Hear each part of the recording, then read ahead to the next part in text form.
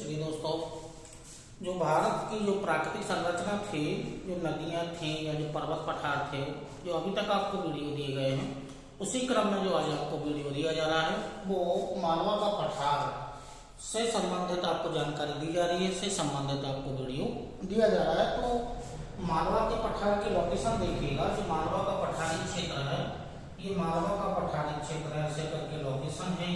ये मालवा का पठारी क्षेत्र है, ये मालवा पठारी क्षेत्र है।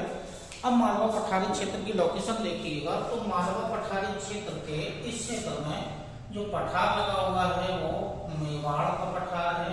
मेवाड़ पठार इस क्षेत्र में संलग्न है, इस क्षेत्र में मेवाड़ का पठार संलग्न है। अब जो मालवा का जो पठारी क्षेत्र है, इसी का भाग जो मालवा के पठार के अंतर्गत है, राजस्थान में है। हड़ौती का पठार, हड़ौती, ये हड़ौती का पठार है। ये हड़ौती का पठार का संबंध राजस्थान राज्य से है, इसका विस्तार राजस्थान राज्य में है। मालवा पठारी क्षेत्र का ही भाग है। अब नदी के इसके मालवा पठार के पूरे भाग में जाएंगे तो यहाँ पर एक बुंदेलखंड पठारी क्षेत्र संलग्न है। बुंदेलखंड पठार का क्षेत्र संलग्न है, बुंदेलखंड पठारी क्षेत्र संलग्न है। नीचे वाले क्षेत्र में आएंगे तो ये विंध्यन पर्वत का क्षेत्र लगा हुआ है, यानी कि विंध्यन पर्वतीय क्षेत्र संलग्न है। तो इसकी जो चारों ओर की जो लोकेशन है, मालवा का पठार के जस्ट उत्तर पश्चिम में मेवाड़ का पठार, पूर्व रूप से राजस्थान में ही है। हड़ौती का पठार जो मालवा के पठार का ही भाग है, राजस्थान राज्य में है। और इसका जो संबंध है वो मालवा के पठार से ही है, राजस्थान राज्य में इसका विस्तार है। अब जस्ट पूर्व में बुंदेलखंड का पठार और दक्षिण में विंध्यन पर्वतीय क्षेत्र लगा हुआ है। और इसके दक्षिणी भाग से होकर के रेखा जाती है और कर्क रेखा होकर के गुजरती है। तो ये जो लोकेशन है मालवा के पठार के दक्षिणी भाग से होकर के कर्क रेखा होकर के गुजरती है।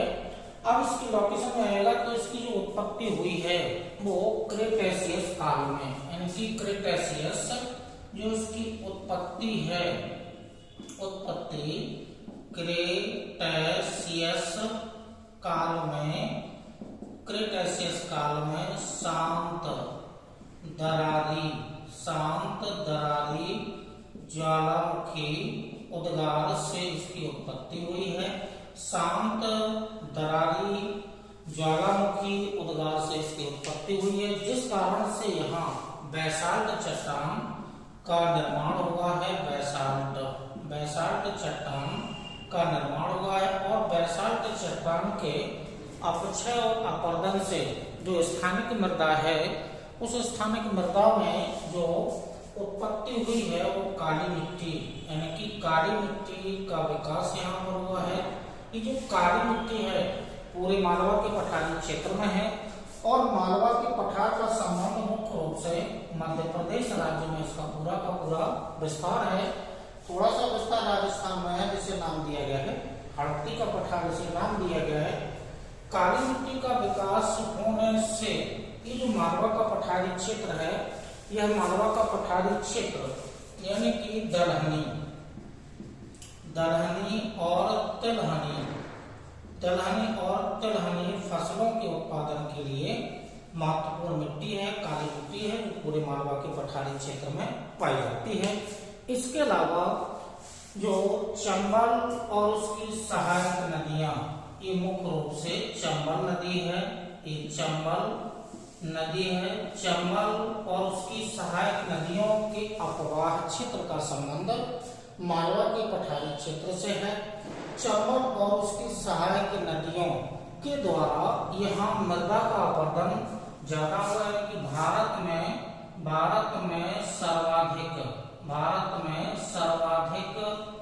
सर्वाधिक मृदा अपरदन का क्षेत्र है। ये अपरदन हुआ है, भारत में सर्वाधिक मृदा अपरदन हुआ है। और मृदा अपरदन के द्वारा ये चंबल और उसकी सहायक नदियों के द्वारा भारत में सबसे ज्यादा मृदा अपरदन मालवा के पठारी क्षेत्र में हुआ है। और मृदा अपरदन से एक विशेष स्थलाकृति का यहाँ निर्माण हुआ है।